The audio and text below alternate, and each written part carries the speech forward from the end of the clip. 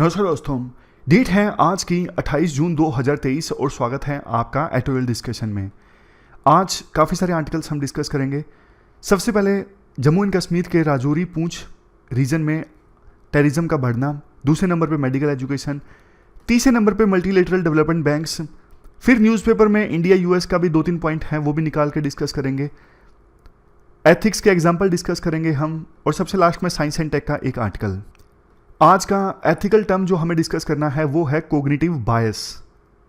Cognitive बायस का क्या मतलब है? देखो, इंसान किसी भी पर्सन की जो सोच होती है ना, वो कैसे बनती है।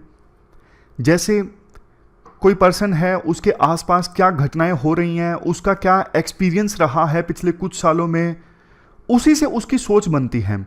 उसी सोच के आधार पर वो किसी इंसिडेंट को इंटरप्रेट करता है। मैं आपको एग्जाम्पल की सहायता से बताता हूं, आपको समझ में आएगा।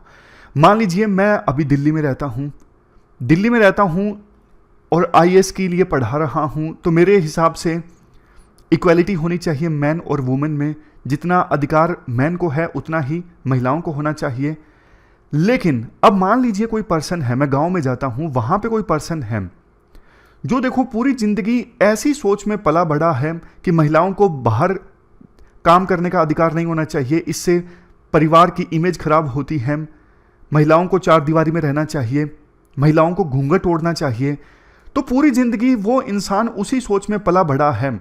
अब हम दोनों एक साथ खड़े हैं, हम किसी महिला को देखते हैं जो जॉब कर रही है, तो मैं बोलूंगा कि हाँ यार, ये उभरते भारत की तस्वीर है। लेकिन वो इंसान बोलेगा कि नहीं, ये गलत है, महिला को काम नहीं करना चाहिए। तो यहां पे ना कॉग्निटिव बायस है उसका, क्योंकि ना उसकी समझ उसके एक्सपीरियंस से, उसके आसपास जो सिचुएशन है उससे विकसित हुई है। तो उसका कॉग्निटिव बायस है उस सिचुएशन के प्रति। ये होता है कॉग्निटिव बायस कि आपकी जो सोच बनी है ना पिछले कुछ सालों में, आपकी जो बिलीव्स हैं, उसी के बेस पे आप किसी इंसिडेंट को इंटरप्रेट कर रही हो। ये कॉग्निटिव बायस है। तो जब किसी डिसीजन में कॉग्निटिव बायस होता है ना, वो डिसीजन सही नहीं हो सकता। आप अपनी पर्सनल लाइफ का एग्जांपल दीजिए, कब आपने कॉग्निटिव बायस को फेस किया खुद से, या फिर आपने देखा कि कॉग्निटिव बायस है, आप एग्जांपल दीजिए।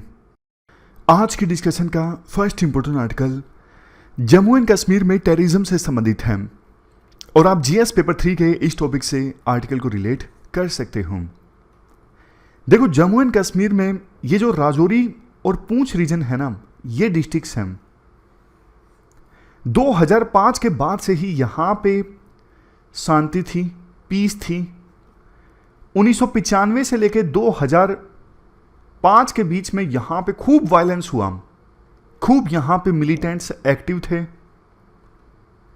उस समय जम्मू एंड कश्मीर में इंसर्जेंसी बहुत ज़्यादा थी। तो उस समय ना हमारी फोर्सेस ने ना एक ऑपरेशन चलाया था। ऑपरेशन का नाम था ऑपरेशन सर्प विनाश। राजौरी पूंछ रीजन में अप्रैल मई 2003 में यह ऑपरेशन चलाया गया था। लोकेशन हिल काका, पूंछ, Surankote area of Pir Panjal range. बाकी तो देखो, ये डिटेल्स एग्जाम के लिए इंपॉर्टेंट नहीं है। मतलब इस ऑपरेशन सर्प विनाश में इस रीजन में 64 मिलिटेंट्स को मार गिराया गया था, और यहां से फिर इंसर्जेंसी खत्म हो गई। मतलब कि 2005 के बाद से ही राजौरी पूंछ रीजन में पीस है। और आपको पता है, यहां पर इंसर्जेंसी खत्म करने में ना एक कम्युनिटी ने बहुत बड़ा रोल प्ले किया, गुर्जर बकरवाल कम्युनिटी। इस कम्युनिटी के बारे में थोड़ा सा जान लेते हैं। गुर्जर बकरवाल कम्युनिटी ओरिजिन है सेंट्रल एशिया। माइग्रेशन हुआ यहां पर 11वीं सेंचुरी में। नॉर्थ वेस्टर्न हिमालयाज के हिली रीजन्स में रहते हैं। ये अपने पशुओं को चराते हैं, इधर से उधर घूमते हैं खाने की तलाश में। बोली जो है वो पंजाबी है, डायलेक्ट ऑफ पंजाबी, रिलीजन मुस्लिम। और गुर्जर बकरवाल कम्युनिटी की जो पॉपुलेशन है जम्मू एंड कश्मीर की पॉपुलेशन का 12% है। ये एरिया है जहां पे गुर्जर बकरवाल कम्युनिटी के लोग बसे हुए हैं। तो इन्होंने ना सिक्योरिटी फोर्सेस का बहुत ज़्यादा साथ दिया। ये आतंकवाद के अगेंस्ट थे उस दौर में। बल्कि जो आतंकी संगठन है ना, जैसे हरकत-ए मुजाहिदीन, लश्कर-ए-तोयबा, ये लोकल लोगों को तंग किया करते थे।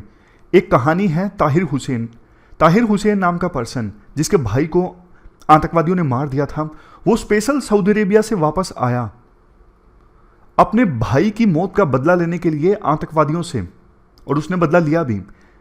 यहां पे डिफेंस कमेटीज भी बनी थी उस दौर में जब इंसर्जेंसी काफ़ी ज़्यादा थी। डिफेंस कमेटीज बनी आतंकवादियों से लड़ने के लिए। तो इसी कम्युनिटी की सपोर्ट से हमारी सिक्योरिटी फोर्सेस ने आसानी से आतंकवाद को पूरी तरह से ख़त्म कर दिया और 2005 के बाद से पीस रही। पर देखो दिक्कत पता है क्या है, पिछले कुछ महीनों में ना यहां पे आतंकवाद ने फिर से सर उठा लिया है। 20 से ज़्यादा हमारे सोल्जर्स जो हैं वो शहीद हो गए हैं आतंकी हमलों में। जैसे ये देखो, अक्टूबर 2021 के बाद से मिलिटेंट्स ने एटलीस्ट 20 सोल्जर्स को मार दिया है, हमारे जवान शहीद हुए हैं। लेटेस्ट इंसिडेंट हुआ था कुछ दिनों पहले जिसमें 5 स्पेशल फोर्सेस के जवान शहीद हो गए थे एक ब्लास्ट में। देखो सोल्जर्स शहीद हुए हैं बट मिलिटेंट्स के खिलाफ कुछ खास एक्शन नहीं लिया जा सका है।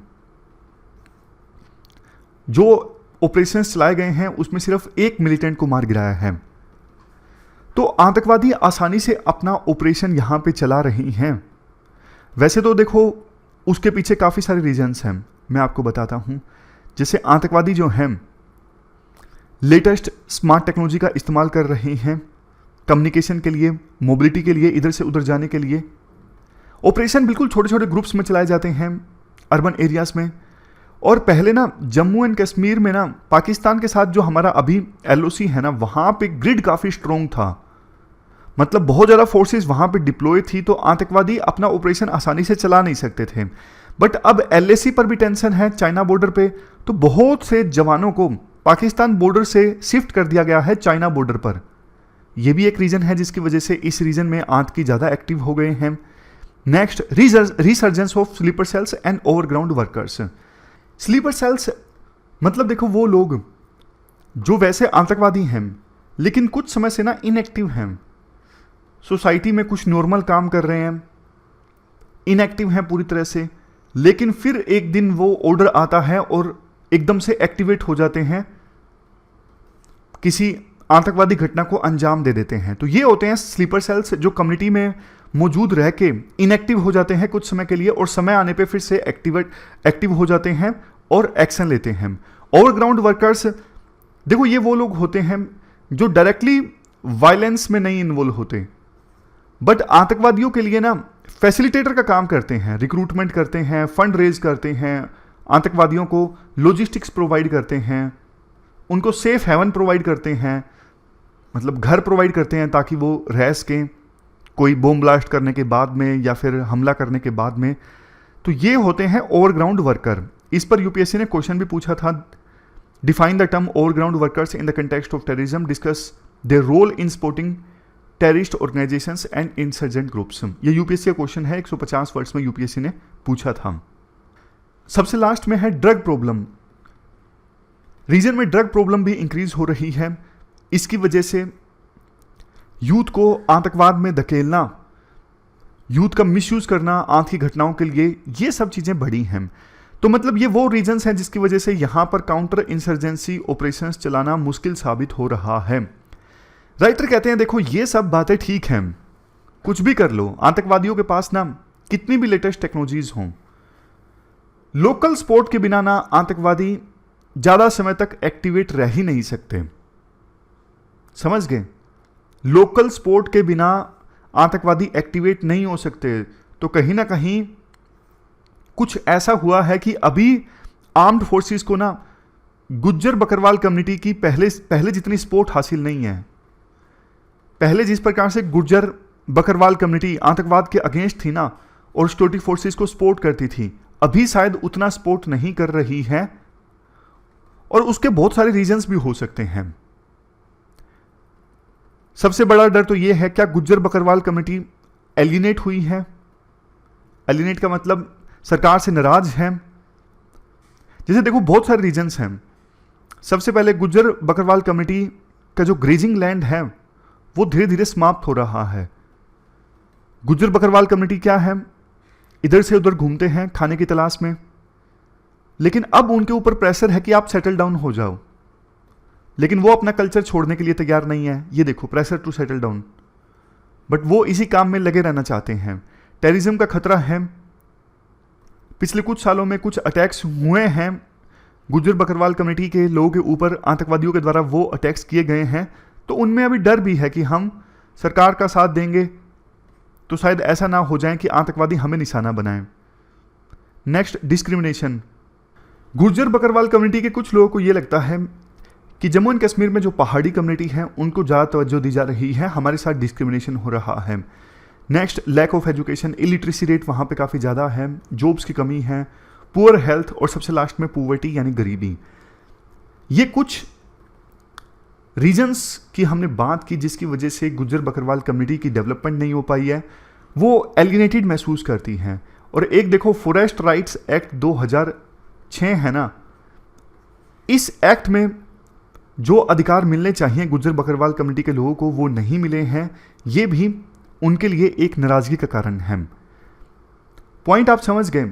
राइटर कहते हैं देखो 2004 से पहले इंसर्जेंसी खत्म हुई, क्यों? क्योंकि गुज्जर बकरवाल कम्युनिटी का बहुत ज़्यादा साथ मिला, लेकिन अब साथ नहीं मिल रहा है। अब साथ उतना नहीं मिल रहा है, इस वजह से यहां पे टेररिज्म पनप रहा है। राइटर कहते हैं आतंकवाद को खत्म करना है ना, सिर्फ मिलिट्री खत्म नहीं कर सकती, सरकार के सभी डिपार्टमेंट्स को प्रयास करने होते हैं आतंकवाद खत्म करने के लिए। मिलिट्री तो सिर्फ ऑपरेशन चला सकती है, लेकिन आतंकवाद को खत्म करने के लिए लोकल लोगों के दिलों में भी जगह बनाना बहुत ज़्यादा जरूरी है, और ये सरकार का काम है। लेकिन सरकार अपने काम में कहीं ना कहीं विफल साबित हो रही है। अभी सरकार को अपनी गलती एड्रेस करनी चाहिए। तो ये पूरा आर्टिकल हमने डिस्कस किया जम्मू एंड कश्मीर में टेररिज्म से संबंधित। अब चलते हैं आगे। इसके बाद नेक्स्ट आर्टिकल हमारे देश में मेडिकल एजुकेशन से संबंधित है। आप जीएस पेपर सेकंड के इस टॉपिक से आर्टिकल को रिलेट कर सकते हो। देखो 1997 में ना हमारे देश में मेडिकल एजुकेशन को रेगुलेट करने के लिए regulations on graduate medical education notify किए गए थे 1997 में। हमारे देश में मेडिकल एजुकेशन कैसी होगी, एमबीबीएस कितने साल तक चल सकती है, बच्चों को कितने साल में पेपर अटेम्प्ट करना है, मतलब पेपर क्लियर करना है, तमाम तरह की बातें जो हैं 1997 के इस रेगुलेशन में बोली गई थी। बट देखो अब तो 25 साल से ज़्यादा हो गए इन रूल्स को आए, और 25 साल में आपको पता है मेडिकल एजुकेशन बहुत आगे बढ़ चुकी है, इंटरनेट आ चुका है, समाज वर्ल्ड पूरी तरह से अब चेंज हो चुका है, नए नए डिजीज़ के बारे में पता लग गया है। तो अब तो चेंज होना ही चाहिए in regulation on graduate medical education 1997 को। तो नेशनल मेडिकल कमीशन ने ना हाल ही में नए रेगुलेशंस प्रेजेंट किए, regulations on graduate medical education 2023, ताकि आज के समय के हिसाब से मेडिकल एजुकेशन को रेगुलेट किया जा सके। आज के हिसाब से मेडिकल एजुकेशन हमारे देश में होनी चाहिए, इसके लिए ये नए रूल्स सरकार लेके आई, नेशनल मेडिकल कमीशन लेके आई। बट देखो एकदम से नेशनल मेडिकल कमीशन ने इन रूल्स को विड्रॉ भी कर लिया, यानी 2023 में सरकार रूल्स लेके आई कुछ दिनों पहले, और अभी उनको वापस भी ले लिया।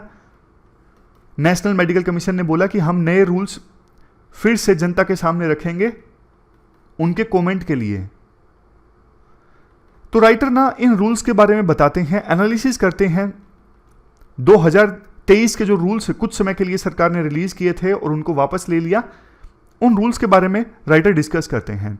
नए रूल्स जो थे वो इस प्रकार से थे कि मेडिकल एजुकेशन को लर्नर सेंट्रिक बनाया जाए, मतलब जो स्टूडेंट्स हैं उनको एजुकेशन अच्छे से समझ में आए, पेशेंट सेंट्रिक, वो पेशेंट्स का अच्छे से इलाज कर सके, जेंडर सेंसिटिव, लड़का लड़की एक समान, इक्वालिटी, आउटकम ओरिएंटेड, अच्छी आउटकम निकल के आए, अच्छा रिजल्ट निकल के आए जब डॉक्टर से इलाज करें, और सबसे लास्ट में इन्वायरमेंटल एप्रोप्रिएट, हमारे इंडिया के इन्वायरमेंट के हिसाब से।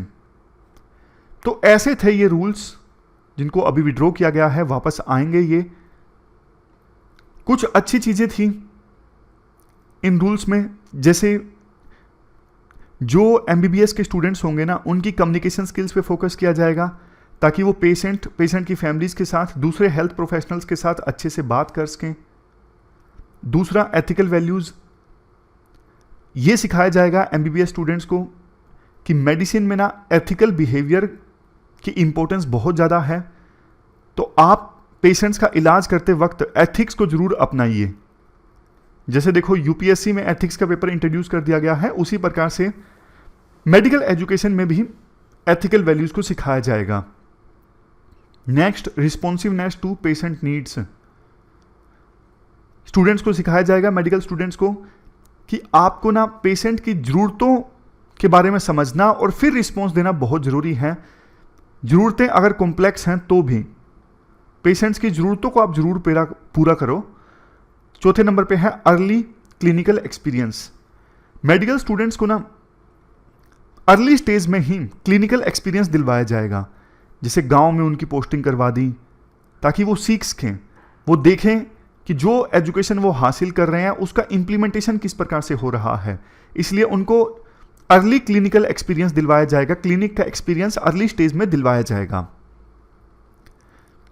इसके बाद नेक्स्ट पॉइंट, इन रूल्स में एक पॉइंट ये था, जो डायडेक्टिक लेक्चर्स है ना वो कम होंगे। डायडेक्टिक लेक्चर्स मतलब एक टीचर है क्लास में जो बोल रहा है, सामने स्टूडेंट्स हैं बहुत सारे, वो सिर्फ सुन रहे हैं, टू वे कम्युनिकेशन नहीं है, सिर्फ सिंगल वे कम्युनिकेशन है कि टीचर बोल रहा है, स्टूडेंट सुन रहे हैं।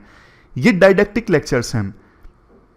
डायडेक्टिक लेक्चर्स ना शेड्यूल में सिर्फ 33% होंगे, बाकी एजुकेशन तो दूसरे माध्यम से प्रोवाइड की जाएगी, जैसे इंटरेक्टिव सेशन, टीचर का स्टूडेंट से इंटरेक्शन सेशन चलेगा, प्रैक्टिकल्स होंगे, क्लिनिकल एक्सपीरियंस होगा स्टूडेंट्स का, केस स्टडीज से उन्हें सिखाया जाएगा। बाकी का 66.66% ये सारी चीजें होंगी, और टीचर बोलेगा स्टूडेंट सुनेगा, ये सिर्फ पूरे करिकुलम का 33% होगा, 33.33। नए रूल्स में एक नया फैमिली एडॉप्शन प्रोग्राम का भी प्रोविजन किया गया। जैसे हर एक स्टूडेंट को ना, हर एक एमबीबीएस स्टूडेंट को बोला जाएगा कि आप एक फैमिली को अडॉप्ट कीजिए, गांव में जाइए और एक फैमिली को अडॉप्ट कीजिए। अब उस फैमिली की आप केयर कीजिए, हेल्थ नीड्स का ध्यान रखिए, हाइजीन के बारे में उस फैमिली को सिखाइए। तो इससे बहुत कुछ सीखने को मिलेगा एमबीबीएस स्टूडेंट को, और देश में गांव में खास करके हेल्थ आउटकम भी इंप्रूव होगी। इसके साथ साथ स्टूडेंट्स को पैंडेमिक मॉड्यूल भी सिखाया जाएगा, इसका भी प्रोविजन है, ताकि फ्यूचर में जो महामारियां आएँ उनका सामना एमबीबीएस के स्टूडेंट्स आसानी से कर सकें। दूसरे सिग्निफिकेंट चेंजेस इस प्रकार से थे। अभी देखो, एक एमबीबीएस स्टूडेंट ना एमबीबीएस को कंप्लीट कर सकता है 10 सालों में, बट इस टाइम पीरियड को घटा के 9 साल कर दिया गया है, 9 इयर्स। अभी एक पेपर को ना क्लियर करने के लिए 4 अटेम्प्ट मिलेंगे नए रूल्स के अनुसार। अगर 4 अटेम्प्ट में पेपर नहीं क्लियर होता है तो फिर अगले बैच के साथ उस स्टूडेंट को वो पेपर क्लियर करने पड़ेंगे। 4 चांस में नहीं क्लियर किया तो 1 साल की बैक लग गई, यूं मान लीजिए। 2024 से कॉमन काउंसिल होगी सभी मेडिकल सीट्स के लिए, एमबीबीएस, बीडीएस, सब के लिए कॉमन काउंसलिंग होगी। पहले स्टेट कॉलेजेस की काउंसलिंग अलग उससे होती थी, सेंटर के कॉलेजेस की काउंसलिंग अलग से होती थी। अगर कोई स्टूडेंट किसी एग्ज़ाम को नहीं क्लियर कर पाता है तो सप्लीमेंट्री एग्जामिनेशन में वो बैठ सकेगा, 3 से 6 हफ्तों में रिजल्ट आ जाएगा और वो उसी बैच के साथ कंटिन्यू कर सकता है अगर उसने पेपर क्लियर कर दिया तो। लास्ट में राइटर के द्वारा ये कहा जाता है, नेशनल मेडिकल कमीशन ने अभी एक स्टेप वापस लिया है, रूल्स को विड्रा किया है और नए रूल्स जल्द ही प्रेजेंट किए जाएंगे, लेकिन जमीन आसमान का फर्क नहीं मिलेगा। अभी फिलहाल देखो दिक्कत अपोजिशन की है। अपोजिशन जो है वो कुछ चीज़ों को लेके विरोध करेगा, जैसे कॉमन काउंसलिंग को लेके। पहले स्टेट और सेंटर के कॉलेजेस की कॉमन काउंसलिंग होती थी, अब नहीं होगी। दूसरा एग्जिट टेस्ट। एग्जिट टेस्ट सरकार की एक शिकायत ये रहती है कि कई बार ना मेडिकल स्टूडेंट्स जो निकलते हैं ना वो ज़्यादा कुछ सीखते नहीं है, मतलब उनको लाइसेंस तो मिल जाता है प्रैक्टिस करने के लिए, लेकिन उनकी कॉम्पिटेंसी अच्छी नहीं होती। तो एमबीबीएस पूरा करने के बाद एक एग्जिट टेस्ट भी होना चाहिए। इस एग्जिट टेस्ट को क्लियर करने के बाद ही मेडिकल ग्रेजुएट को प्रैक्टिस करने के लिए लाइसेंस मिले। समझ गए? एग्जिट टेस्ट के डर से जो मेडिकल स्टूडेंट्स हैं वो अच्छे से तैयारी भी करेंगे, उन्हें पता है अगर इस टेस्ट को नहीं क्लियर किया तब तक लाइसेंस नहीं मिलेगा, पूरी डिग्री खराब हो जाएगी। तो इसलिए एग्जिट टेस्ट का प्रोविज़न करना जरूरी है। लेकिन स्टेट गवर्नमेंट्स जो हैं वो सारी नहीं, कुछ स्टेट गवर्नमेंट्स का ये कहना है कि एग्जिट टेस्ट जो है वो मेडिकल स्टूडेंट्स के ऊपर बर्डन है। तो ये कुछ ऐसी चीज़ें हैं जिसको लेके सेंटर और स्टेट के बीच में सहमति बनाना जरूरी है। अब इसके बाद नेक्स्ट जो आर्टिकल है वो रिफॉर्मिंग मल्टीलेटरल डेवलपमेंट बैंक्स से संबंधित है। आप जीएस पेपर सेकंड के इस टॉपिक से आर्टिकल को रिलेट कर सकते हो। सबसे पहले देखो बेसिक्स की बात करते हैं। मल्टीलेटरलिज्म का क्या मतलब है? जब देखो दो या दो से अधिक देश आपस में ना कोलैबोरेट करते हैं, आपस में कोऑपरेट करते हैं, ग्रुप बनाते हैं किसी कॉमन प्रॉब्लम को सोल्व करने के लिए, तो वो होता है मल्टीलेटरलिज्म। एग्जाम्पल से समझ में आएगा, जैसे WTO है। WTO में वर्ल्ड के विभिन्न कंट्रीज एक साथ आए हैं, उन्होंने ग्रुप बनाया है WTO जिसका नाम है। इस ग्रुप का मकसद है विभिन्न देशों के बीच में ट्रेड को प्रमोट करना। तो कॉमन गोल क्या है यहां पे? ट्रेड। समझ गए? मल्टीलेटरलिज्म मतलब दो या दो से अधिक देश जब आपस में कोलैबोरेट करते हैं किसी कॉमन प्रॉब्लम को सोल्व करने के लिए। बहुत सारे एग्जांपल हैं मल्टीलेटरलिज्म के, जैसे UN एक एग्जांपल है। अब देखो मल्टीलेटरल डेवलपमेंट बैंक्स, जो मल्टीलेटरल डेवलपमेंट बैंक्स होते हैं ना, ये वो बैंक्स होते हैं जो डेवलपिंग कंट्रीज को, गरीब देशों को फाइनेंस प्रोवाइड करते हैं, लोन प्रोवाइड करते हैं। इनका इतिहास मैं आपको बताता हूं। सेकेंड वर्ल्ड वार में ना बहुत तबाही मची थी। सेकेंड वर्ल्ड वार में बहुत तबाही मची थी, तो उस समय ना 44 कंट्रीज का डेलीगेशन US में एक जगह है ब्रेटन वुड, यहां पे डेलीगेशन मिला था। इस डेलीगेशन ने डिसाइड किया कि यार आज के समय में ना सेकेंड वर्ल्ड वार की वजह से डेवलपिंग कंट्रीज की इकोनॉमी को भारी नुकसान पहुंचा है। बहुत सारी देशों की इकोनॉमीज बिल्कुल क्राइसिस में है सेकेंड वर्ल्ड वार की वजह से, और बहुत सारे देशों की इकोनॉमी तो तबाह हो चुकी है क्योंकि वहां पे वार लड़ा गया है। तो डेलीगेशन ने डिसाइड किया कि हम कुछ इंस्टीट्यूशंस इस्टेब्लिश करते हैं डेवलपिंग कंट्रीज की और गरीब देशों की हेल्प करने के लिए। तो इस जगह पे यानी ब्रेटन वुड में डेलीगेशन जो मिला था ना, उसी डिस्कशन से दो इंस्टीट्यूट्स बने, एक वर्ल्ड बैंक और दूसरा IMF। IMF का काम होता है अगर किसी देश की इकोनॉमी क्राइसिस में है तो उसकी हेल्प करना। फॉर एग्जांपल पाकिस्तान की इकोनॉमी अभी क्राइसिस में है तो पाकिस्तान हेल्प मांग रहा है IMF से। श्रीलंका की इकोनॉमी दिक्कत में है, फेल होने वाली है, डिफॉल्ट होने वाली है, तो वो हेल्प मांग रहा है IMF से। और वर्ल्ड बैंक का काम होता है डेवलपिंग कंट्रीज की, गरीब देशों की मदद करना, उनको लोन प्रोवाइड करके। तो ये दो संस्थान बने थे उस समय। आज के समय में तो देखो संस्थान की संख्या काफ़ी इंक्रीज हो चुकी है। वर्ल्ड बैंक ग्रुप में काफ़ी सारे संस्थान हैं, जैसे international bank for reconstruction and development, इसका काम है लो और मिडिल इनकम कंट्रीज को लोन प्रोवाइड करना। इसके बाद है इंटरनेशनल डेवलपमेंट एसोसिएशन, ये भी लो इनकम कंट्रीज को लोन प्रोवाइड करता है। International finance corporation private sector को लोन देती है ये संस्थान। Multilateral investment guarantee agency private companies को एंकरेज करती है कि आप फॉरेन कंट्रीज में इन्वेस्ट कीजिए, हमारी गारंटी है।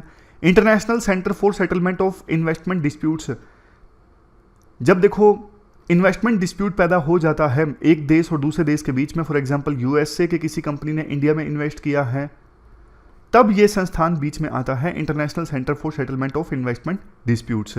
तो ये सारे जो संस्थान है वो वर्ल्ड बैंक ग्रुप का पार्ट है।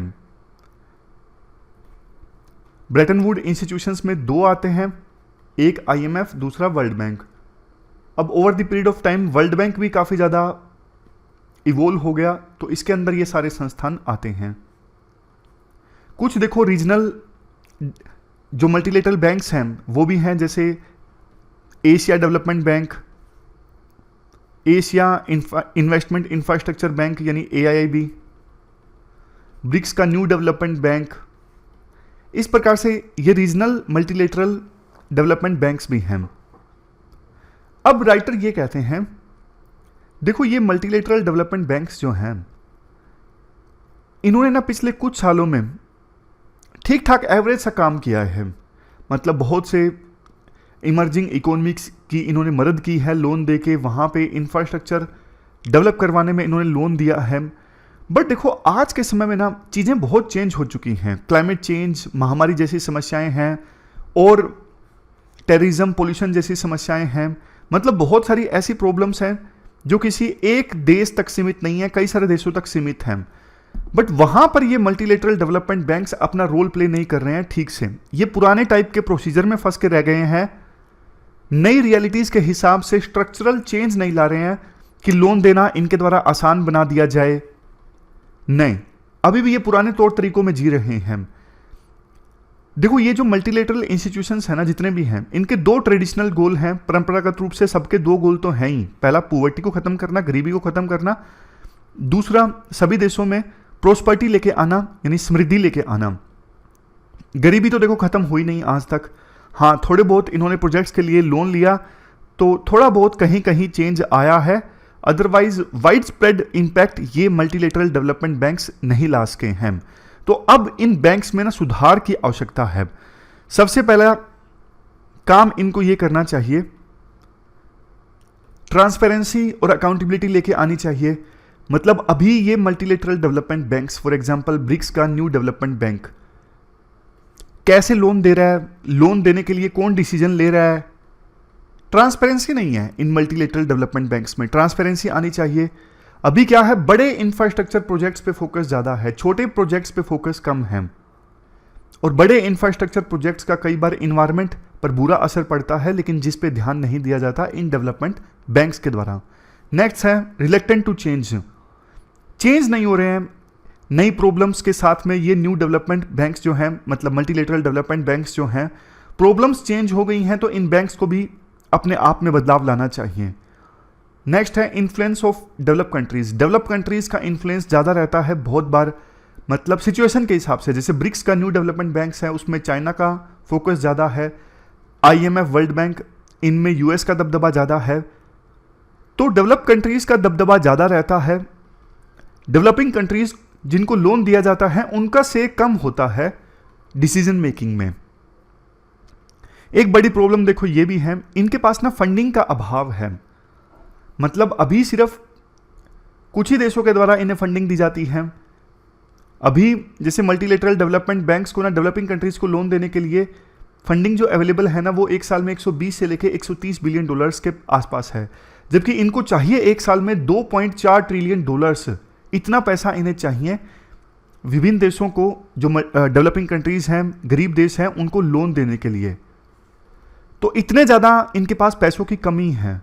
अभी ना ये मल्टीलेटरल डेवलपमेंट बैंक्स सिर्फ डेवलप्ड कंट्रीज के ऊपर निर्भर करते हैं, खुद से प्राइवेट कैपिटल मोबिलाइज नहीं करते। तो राइटर सजेस्ट करते हैं इन मल्टीलेटरल डेवलपमेंट बैंक्स को ना खुद से भी प्राइवेट कैपिटल मोबिलाइज करनी चाहिए। मतलब प्राइवेट प्लेयर्स, फॉर एग्जांपल कोई कंपनी इन्हें पैसा देने के लिए तैयार हैं, ये कंपनी से पैसा लें और बाद में उसको डेवलपिंग कंट्री को दे दें, बीच में खुद कमीशन कमाएं। जो काम बैंक करते हैं ना, जैसे बैंक क्या करते हैं, मान लीजिए मेरे पास पैसे ज़्यादा हैं तो मैं बैंक में जाऊंगा, अपना पैसा जमा करवा दूंगा और बैंक फिर उसी पैसे को किसी और को लोन दे देगा और बीच में पैसा कमीशन खा लेगा। तो यही काम मल्टीलेटरल डेवलपमेंट बैंक्स को करना चाहिए कि जो कंपनीज इन्हें लोन देना चाहती हैं उनसे लोन लें, फिर उसी पैसे का ये इस्तेमाल करें फर्दर लोन देने के लिए, लेकिन हायर रेट पे बीच में ये कुछ कमीशन खा सकें। इस प्रकार के मैकेनिज्म पे भी इन्हें काम करना चाहिए। तो इस प्रकार से हमने इस पूरे आर्टिकल में मल्टीलेटरल डेवलपमेंट बैंक्स में रिफॉर्म्स की बात की। अब न्यूज़पेपर के आर्टिकल्स देख लेते हैं एथिक्स के पर्सपेक्टिव से और दूसरे एग्जाम्पल्स। सबसे पहले सेंट्रल गवर्नमेंट ने कहा है उड़ीसा सरकार को कि आप सीएम के जो प्राइवेट सेक्रेटरी हैं उनके खिलाफ एक्शन लीजिए। देखो सीएम के जो प्राइवेट सेक्रेटरी हैं उड़ीसा में, उनके खिलाफ ना काफ़ी आरोप हैं। सबसे पहले उन्होंने अपनी पावर का मिसयूज़ करके अपनी वाइफ को जॉब दिलवाई। दूसरे नंबर पे उन पे आरोप ये है कि वो अपनी पावर का मिसयूज़ करते हैं, हेलीकॉप्टर्स में घूमते हैं, स्टेट गवर्नमेंट का पैसा जाता है और हेलीकॉप्टर्स में घूम के वो बीजू जनता दल जो रूलिंग पार्टी है ना, रूलिंग पार्टी के इवेंट्स को अटेंड करते हैं।